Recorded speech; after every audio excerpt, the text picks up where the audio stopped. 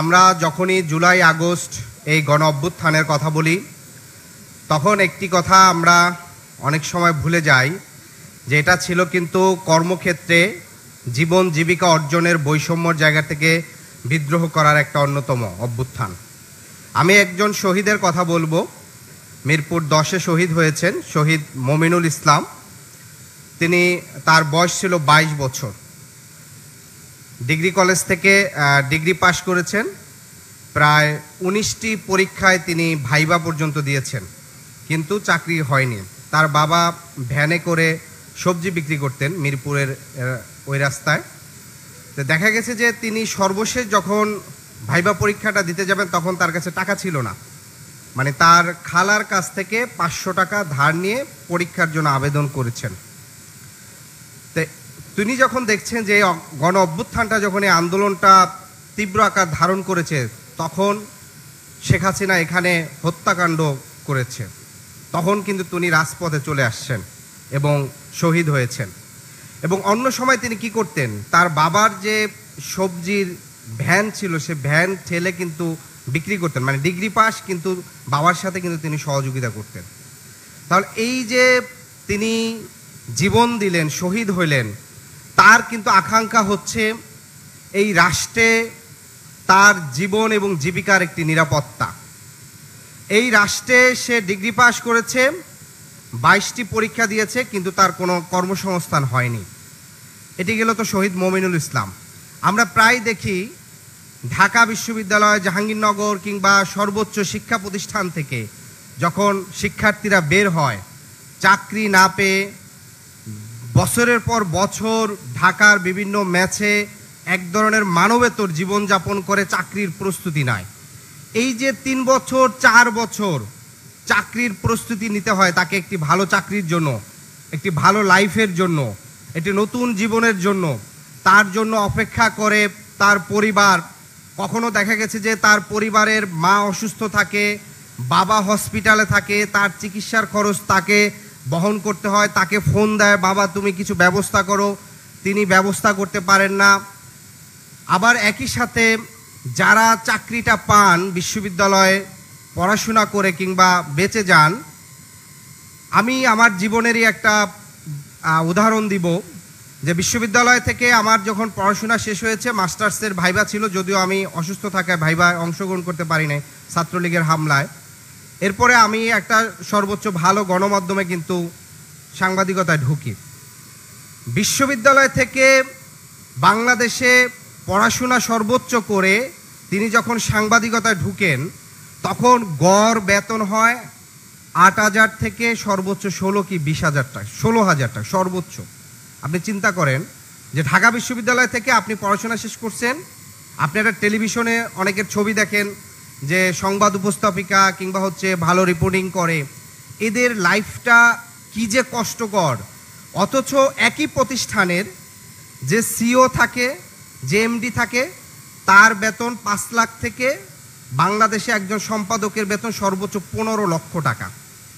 তাহলে কর্পোরেট লাইফের এই যে জাস্ট আমি যেহেতু সাংবাদিকতা ছিলাম এইটার স্পেসিফিক আমি বলবো যে গ্রাজুয়েশন শেষ করে সে বেতন স্টার্টিং করে গড়ে 10 থেকে 12,000 টাকায়, আর সর্বোচ্চ বেতন একই প্রতিষ্ঠানে একজন তিনি হচ্ছে 15 লক্ষ টাকা বেতন নেন।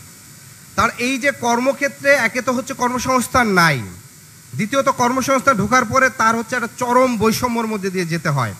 ফলে বাংলাদেশের যুবকদের জীবন, ঢাকা শহর হচ্ছে সবচেয়ে নিষ্ঠুর এক লাইফ তার জন্য চলে আসে, হতাশা।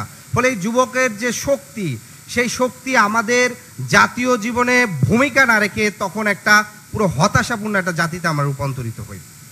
ফলশ্রুতিতে আমরা যেটা বলবো যে আমাদের এই যে যুবশক্তির আত্মপ্রকাশ এবং পরবর্তী বাংলাদেশের রাজনীতিতে আমি মনে করি তাদেরকে 3টা জায়গায় গুরুত্বপূর্ণ পট পরিবর্তনে ভূমিকা রাখতে হবে।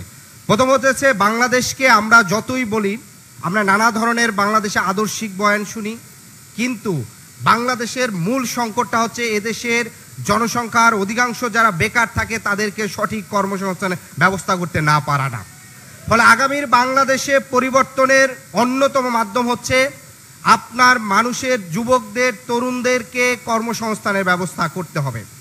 আরেকটি গুরুত্বপূর্ণ বিষয় হচ্ছে যে আমাদের এখানে যুব নামে যে রাজনীতিটা হয়, আপনি দেখবেন যে আসলে বাংলাদেশের জাতীয় পর্যায়ে স্ট্যান্ডার্ড যুব সংগঠন আপনি পাবেন না।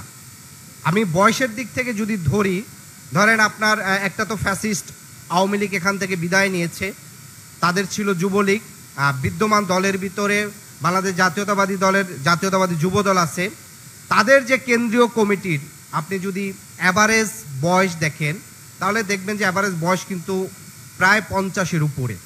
50-এর উপরে সাধারণত বয়সে যারা তারা কিন্তু আর যুবক থাকেন না।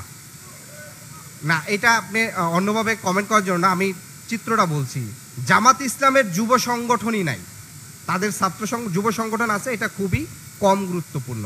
গণ অধিকার পরিষদের একটা আছে যুব অধিকার পরিষদ, বাট বাকিগুলো ওইভাবে খুব বেশি ছাত্র ইউনিয়ন বা অন্য যুব ইউনিয়নের নাই।